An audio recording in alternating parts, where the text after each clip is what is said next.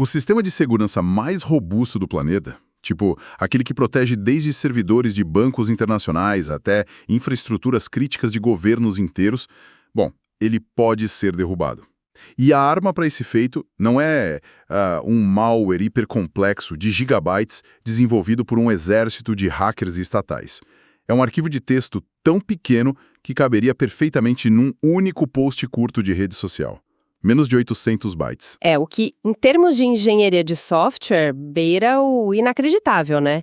É literalmente o equivalente digital a implodir um arranha-céu inteiro de aço e concreto usando, sei lá, um único grão de areia. Um único grão de areia. Exatamente, desde que ele seja colocado no ponto microscópico exato da fundação.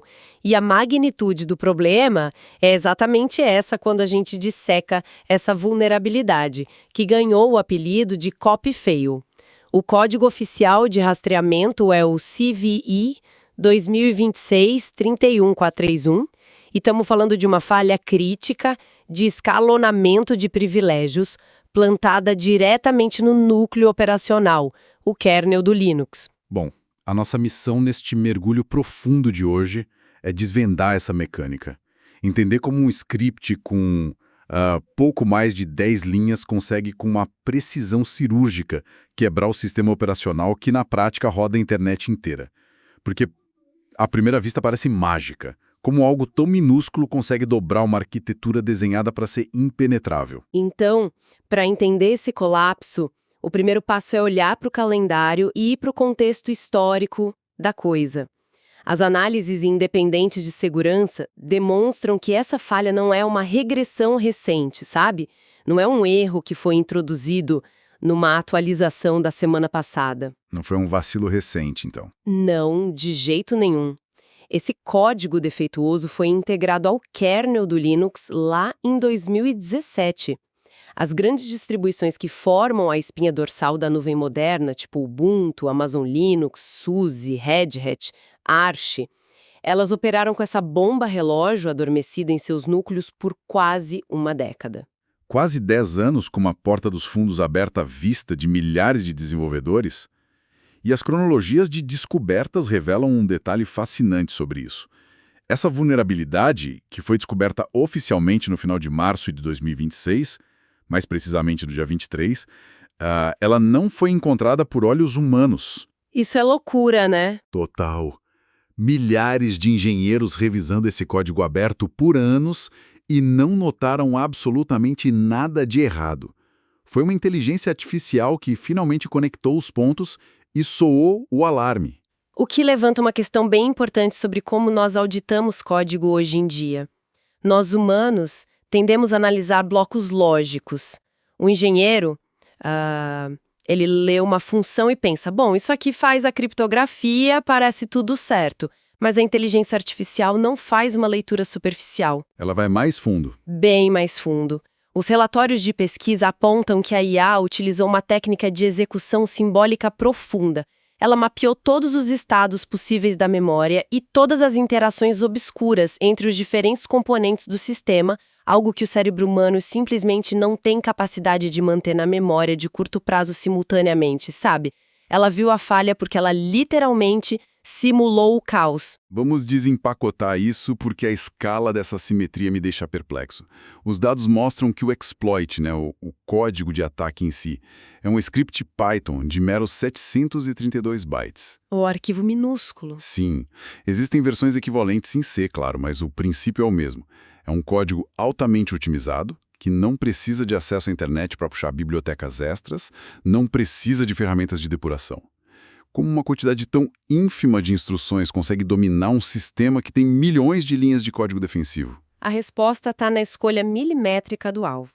O objetivo final do script é a obtenção de privilégios máximos no sistema.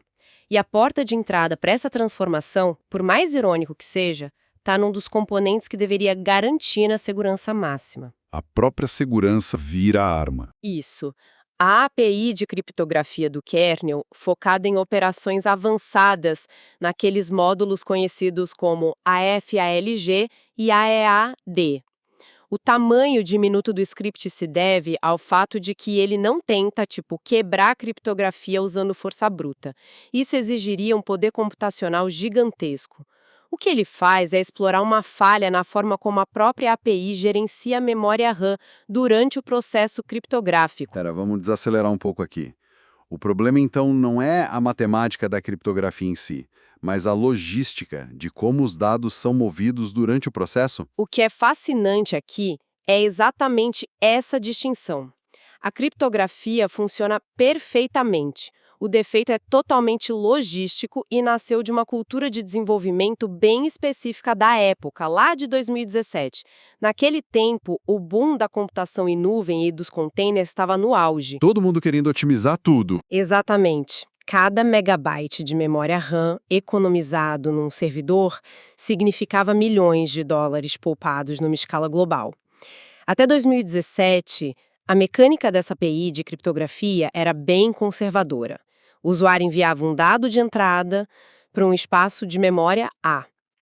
Aí o módulo processava a criptografia e o resultado saía e era gravado num espaço de memória B, totalmente diferente. O que, bom, faz todo sentido arquitetônico, né? Você mantém o material original isolado do produto final.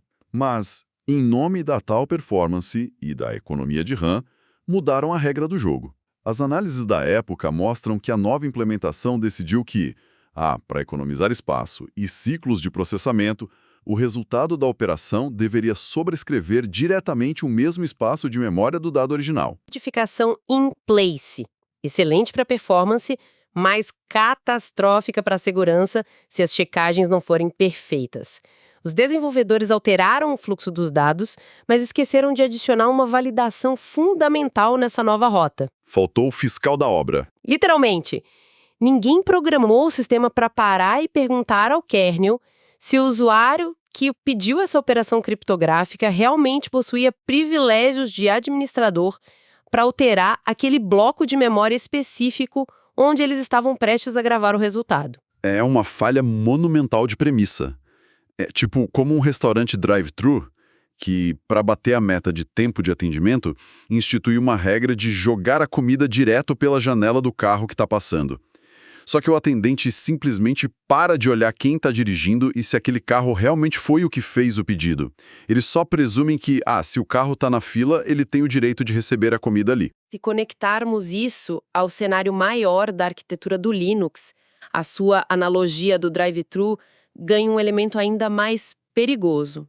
As chamadas de sistema projetadas para ignorar fiscalizações por questões de velocidade. E aqui que entra em cena uma chamada splice. O splice. Eu lembro de ler sobre o splice na documentação do sistema. É uma ferramenta de movimentação de dados, certo? Mas por que ela agrava esse problema da criptografia? Porque o splice foi desenhado para ser o que a gente chama de uma operação zero copy. Normalmente, quando um programa quer mover dados no Linux, esses dados precisam sair da camada mais profunda do kernel, subir para o espaço do usuário, que é onde todas as restrições e checagens de segurança operam, e depois descer de novo para o kernel, para o destino final. Isso consome muito processamento. É uma viagem muito longa para os dados. Muito longa. Então, o splice cria um túnel direto dentro do próprio kernel. Ele move os dados do ponto A para o ponto B, lá no subterrâneo, sem nunca passar pelas catracas de segurança do espaço do usuário. Então, recapitulando a arquitetura do desastre aqui para quem acompanha o programa. Temos uma API de criptografia que adotou a prática de sobrescrever dados originais cegamente, sem verificar as credenciais daquele endereço de memória.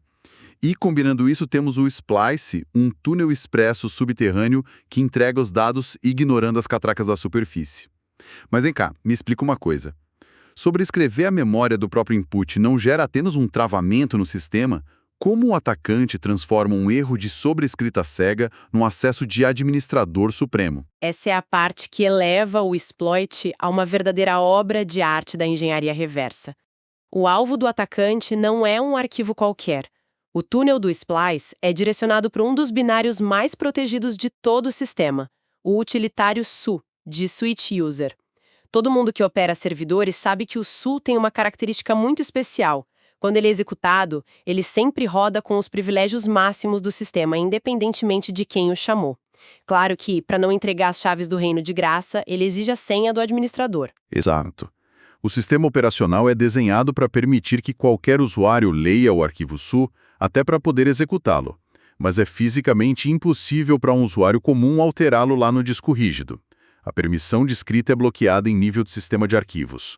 Então, como a falha do túnel resolve isso? É aí que entra o famoso page cache. Como ler do disco rígido é muito lento, o kernel mantém uma espécie de memória de curto prazo super rápida na memória RAM. Quando o sistema lê o binário SU pela primeira vez, ele joga uma cópia exata desse binário lá no page cache. Todas as execuções subsequentes leem dessa cópia na RAM para ganhar tempo. Ah, entendi. Pois é, ele não tenta modificar o arquivo SU no disco rígido. Usando o túnel cego do splice, atrelado àquele módulo de criptografia, o atacante direciona o resultado de uma operação corrompida diretamente para as coordenadas exatas da cópia do SU que está lá descansando no page cache. Pera, se a cópia na memória RAM é alterada, o sistema operacional eventualmente não percebe a discrepância e tenta sincronizar de volta para o disco rígido, salvando a corrupção de forma permanente? Essa é a grande sacada dos atacantes. O sistema operacional sabe que o arquivo SU original é um arquivo de somente leitura para os usuários comuns. Como na cabeça do kernel ninguém deveria ter conseguido alterar aquela cópia na RAM, ele nunca se dá o trabalho de sincronizar os dados de volta para o disco. Nossa. É assustador. A cópia corrompida fica lá, flutuando na memória volátil, perfeitamente validada pelo sistema operacional. Aqui é que a coisa fica realmente interessante. Ao alterar apenas a cópia na memória RAM, o arquivo físico original lá no disco rígido permanece intacto, fica imaculado. Isso significa que aqueles monitores de integridade corporativos caríssimos que ficam lendo o disco o tempo todo, calculando os hashes dos arquivos para detectar invasões, bom, eles não vão enxergar absolutamente nada. Nada. Passa totalmente batido. Porque o hash do arquivo no disco não mudou. O ataque é um autêntico fantasma operando no ponto cego das defesas. Mas me diz, o que exatamente o script escreve nessa cópia da RAM? Não podem ser dados aleatórios, senão o binário apenas daria um erro e fecharia, certo? A precisão exigida aí é cirúrgica. O script não joga lixo na memória. Os dados extraídos das provas de conceito revelam que o exploit calcula a arquitetura exata do processador e injeta míseros 4 bytes. Apenas 4 bytes de código de máquina mal formado, metadados, que caem perfeitamente no meio das instruções de montagem do binário SU. 4 bytes. E como 4 bytes subvertem o sistema de autenticação inteiro?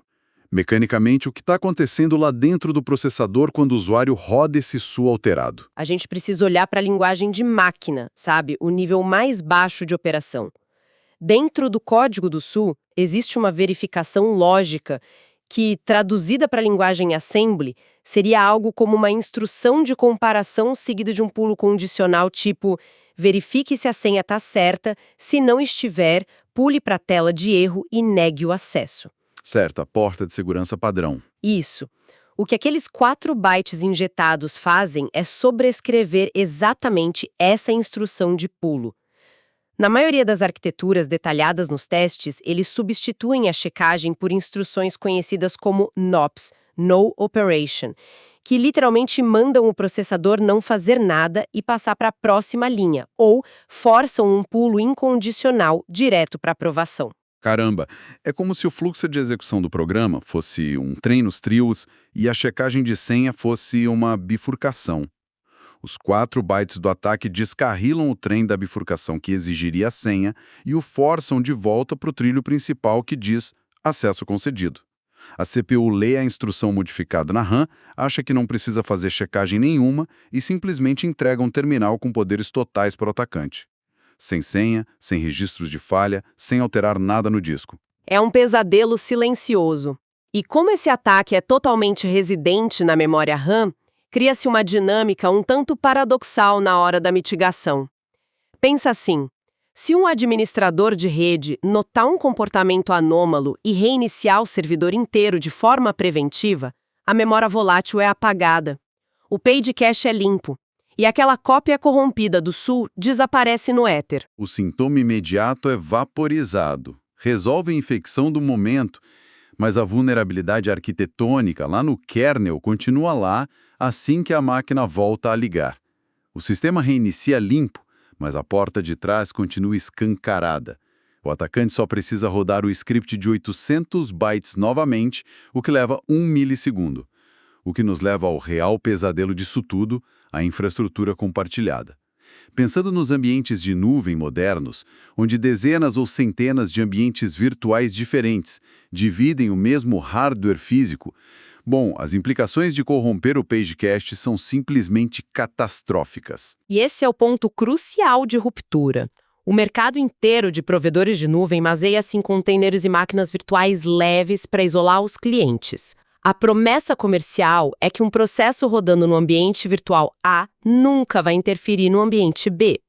Porém, o page cache, por ser uma estrutura de otimização de muito baixo nível, é gerenciado ativamente pelo núcleo do sistema operacional principal, a máquina host subjacente, e ele é compartilhado pelas camadas superiores justamente para economizar RAM. Deixa eu ver se entendi a gravidade disso. Isso significa que, se um invasor alugar um container minúsculo e barato num provedor de nuvem, ele pode rodar esse script dentro do seu ambiente teoricamente isolado, abusar daquele túnel do splice para corromper o page cache compartilhado que reside no servidor principal e, ao fazer isso, invadir a máquina-mãe inteira. Te deixa de existir. O invasor sai da sua pequena bolha alugada e ganha controle administrativo sobre o servidor físico real, tendo acesso aos dados e aos processos de todos os outros clientes hospedados naquela mesma máquina. A promessa de segurança da nuvem cai por terra, tudo por causa de uma decisão de otimização lá de 2017. Então, o que tudo isso significa para a divisão do risco no mundo real, hoje, para quem nos ouve? Analisando os relatórios pós-descoberta, a comunidade de segurança traçou uma linha clara. Para a nossa audiência que usa o sistema no computador pessoal em casa, o nível de alerta vermelho não soa com a mesma intensidade, né? O ataque necessita de execução local. Se o invasor já tem a capacidade de rodar um script diretamente na máquina local do usuário final, a rede provavelmente já estava previamente comprometida por outros meios. O verdadeiro teatro de guerra, o alvo que deixou a comunidade global sem dormir, são os data centers, as hospedagens compartilhadas e os servidores corporativos. É aí que oferecer um acesso parcial a um cliente é o modelo base do negócio. Com certeza. A infraestrutura base da internet foi o alvo principal dessa crise. No entanto, é vital destacar a resiliência do modelo de desenvolvimento aberto também. A resposta a incidentes foi massiva e muito coordenada. Logo após a publicação técnica das metodologias pela comunidade de pesquisa, aquela que recebeu alerta da inteligência artificial, as equipes de mantenedores do kernel agiram em tempo recorde. As métricas atuais demonstram que, graças à aplicação acelerada dos pacotes de correção nos grandes provedores, a probabilidade estatística de exploração em massa nos servidores principais já caiu vertiginosamente para a marca de 0,01%. Foi uma baita vitória da resposta rápida. E o famoso patch de correção, a vacina para essa vulnerabilidade, já foi integrado nativamente nas atualizações mais recentes do kernel. Para quem administra distribuições de ciclo contínuo de atualizações, as famosas Rolling Releases, a correção já chegou a partir da versão 6.19.13 do kernel. E analisando a fundo o que a equipe de engenharia fez para consertar essa brecha monumental, a solução adotada foi de uma simplicidade brutal. Eles não reescreveram o módulo de criptografia com checagens hipercomplexas. Eles simplesmente apagaram o bloco de código que criou a otimização de 2017. Foi uma reversão arquitetônica sumária. Os dados de repositório mostram que os mantenedores deletaram as linhas exatas que instruíam a API a sobrescrever aquele endereço de memória de entrada. Eles aceitaram o retrocesso, sabe? Assumiram que as operações criptográficas na nuvem vão voltar a ser um infinitésimo de segundo mais lentas e que o kernel vai voltar a alocar um espaço de memória distinto e seguro para os resultados, custando alguns fragmentos a mais de RAM.